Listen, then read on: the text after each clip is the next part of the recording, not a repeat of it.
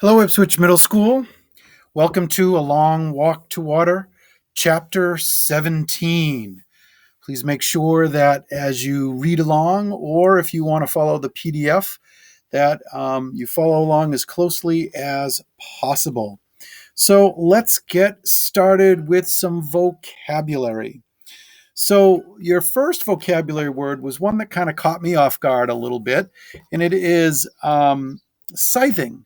And basically, it's cutting using a tool, um, a very long curved blade at the end of a pole, and it's usually done to cut grass, like long grass. The next word we have is mourned. Mourn means to feel or show deep sorrow for someone's death. Riddled means to be full of something undesirable. And you'll find out that what was undesirable is the next word, which is guinea worms. And guinea worms is a very long parasitic, like a parasitic worm that lives under the skin of affected humans. And we'll find out how that happens. Brow simply means someone's forehead. And the word civic is related to the duties or activities of people in relation to their own town or city. Like a civic organization is what it's going to be called in the chapter. And I relate that to, you may have seen signs around town here in Ipswich for the Rotary Club. The Rotary Club is a civic club here in town. All right, so let's move on to our chapter 17.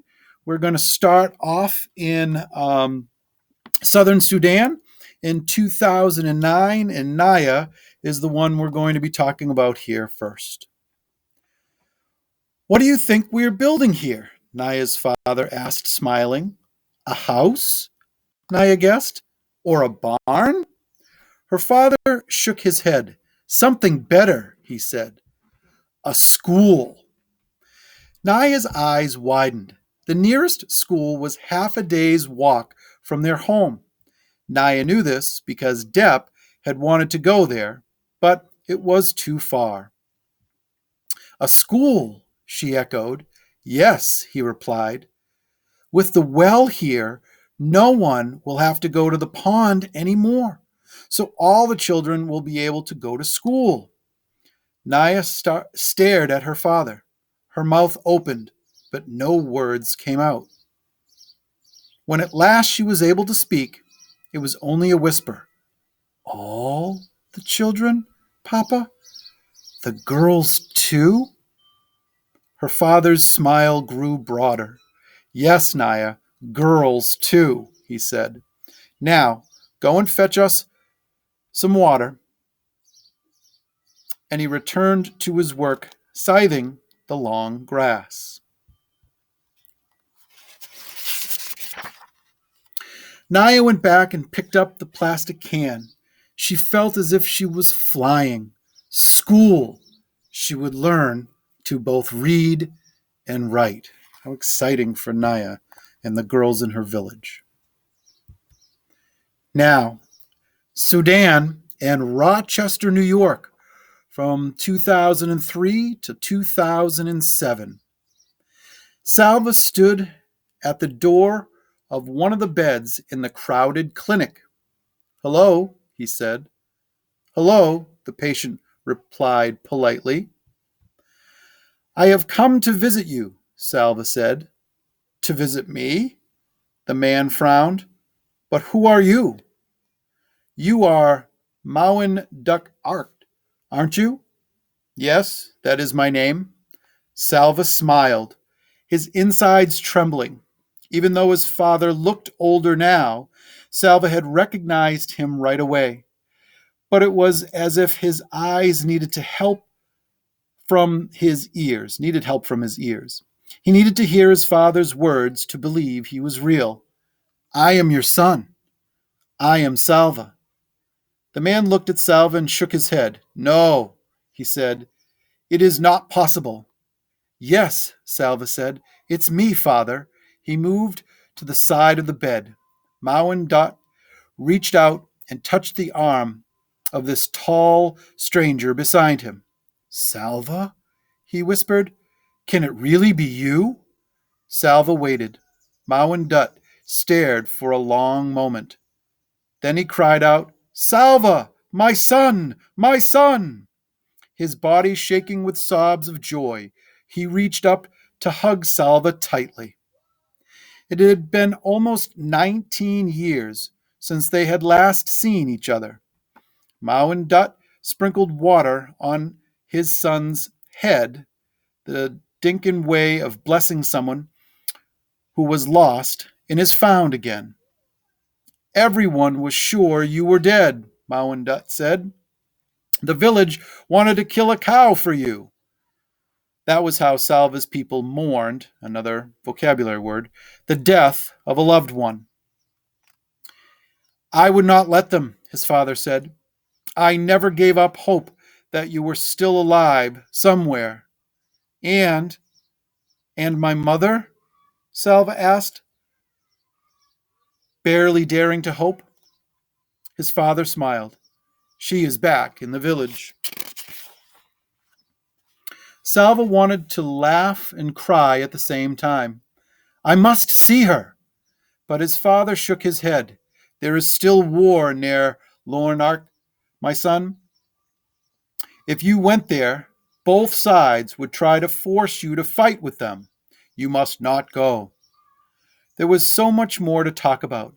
His father told Salva that his sisters were with his mother, but of the three brothers, only Ring had survived the war.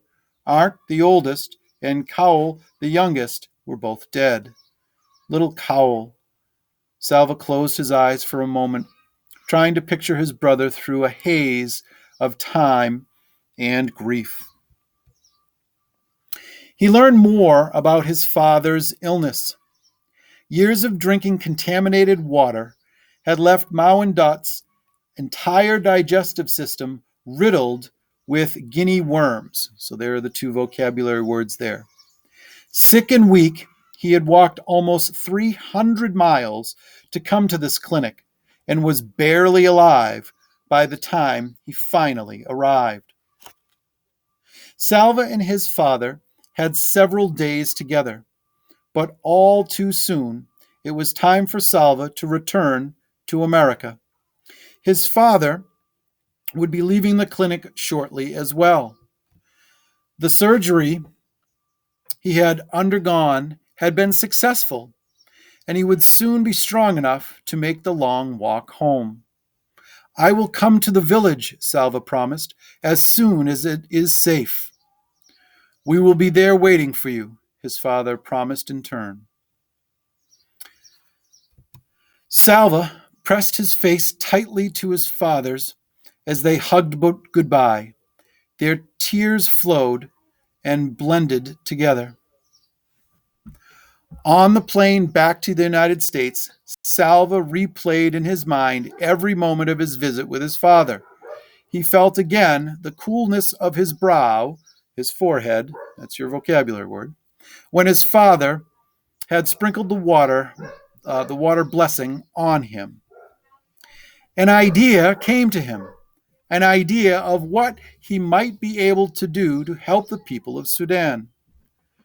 Could he do it? It would take so much work. Perhaps it would be too difficult. But how would he know unless he tried? Back in Rochester, Salva began working on his idea. There were, it seemed, a million problems to be solved. He needed a lot of help. Chris and Louise gave him many suggestions.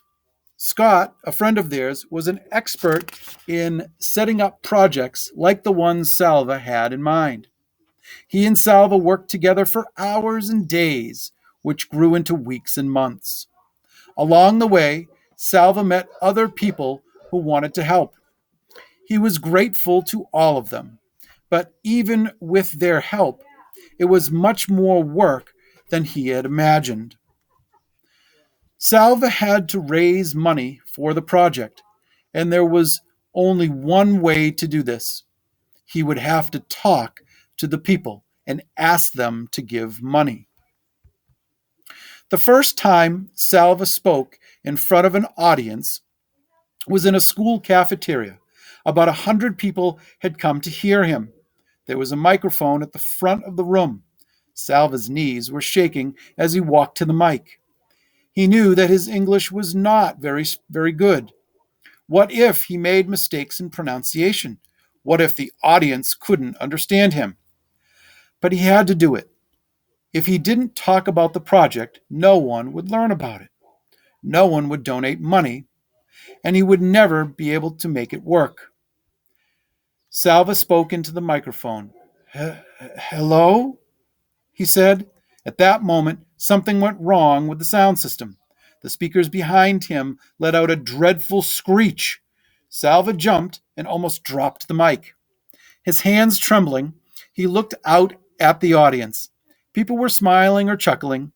A few of the children were holding their ears. They all looked very friendly, and seeing the children made him remember. It was not the first time he had spoken in front of a large group of people. Years before, when he was leading those boys on their walk from the Ethiopian refugee camp to the one in Kenya, he had called a meeting every morning and evening. The boys would line up facing him and would talk to him about their plans. All those eyes looked at him, but every face interested in what he had to say. It was the same here. The audience had come to the school cafeteria because they wanted to hear him. Thinking of that made him feel a little bit better, and he spoke into the mic again. Hello, he repeated, and this time only his voice came from the speakers. He smiled in relief and went on. I am here to talk to you about a project for Southern Sudan. A year passed, then 2, then 3. Salva spoke to hundreds of people in churches, at civic organizations, there's that vocabulary word there, in schools. He would even be able to turn his idea, would he be able to turn his idea into reality? Whenever he found himself losing hope, Salva would take a deep breath and think of his uncle's words. A step at a time, one problem at a time. Just figure out this one problem. Day by day, solving one problem at a time, Salva moved towards his goal. What will happen next? Stay tuned for the last chapter coming in a little bit later on. Thanks for tuning in.